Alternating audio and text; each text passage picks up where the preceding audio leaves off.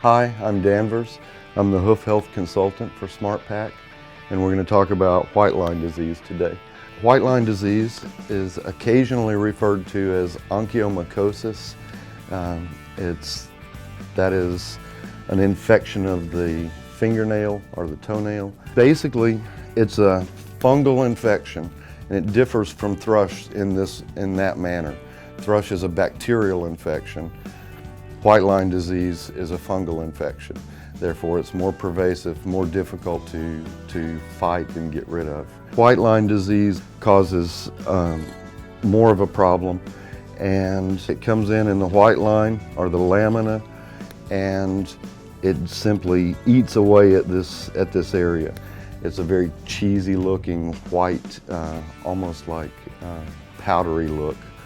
And as you start working at this, it'll disintegrate, and you'll find cavities and holes that come up through the lamina.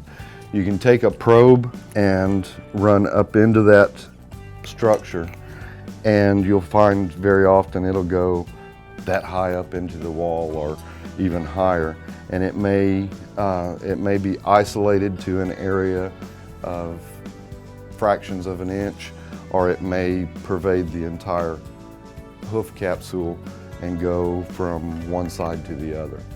In and of itself, white line disease it doesn't cause pain. It's not a problem in that respect. What it does is it detaches the sensitive structure from the insensitive structure, and you lose the integrity of the hoof wall and the hoof capsule. The end result, untreated, can be a laminitic episode where your horse will rotate simply because he's lost connectivity.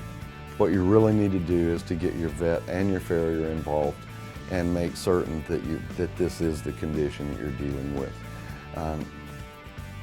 The main reason for that is that you want to make sure that you're not dealing with simple balance issues and maintenance issues. To really treat it, what you have to do is open that area up and oxygenate it. The minute you do that, you're taking a base of support away from that horse. As a general rule of thumb, if you remove more than 30% of this base of support in that procedure, then you're going to have to support that hoof capsule with some sort of appliance.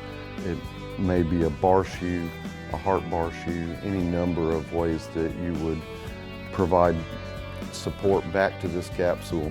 If you do end up resecting the hoof wall or dealing with compromised hoof wall, what you want to do is to get good growth. You've got to, hoof doesn't repair itself, it replaces itself. So anything you can do to encourage growth is going to be wonderful. That means exercise and activity as much as you are allowed to do given the condition, and it includes a good hoof supplement program. So anything you can do is going to be useful.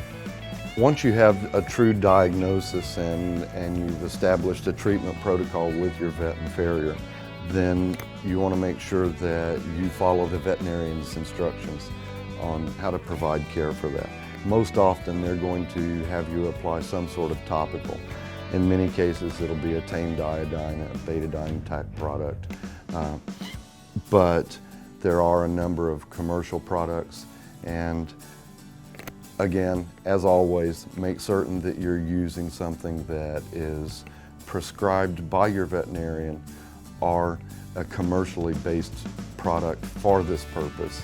I hope this was helpful. Stay with us for more hoof health tips from SmartPak.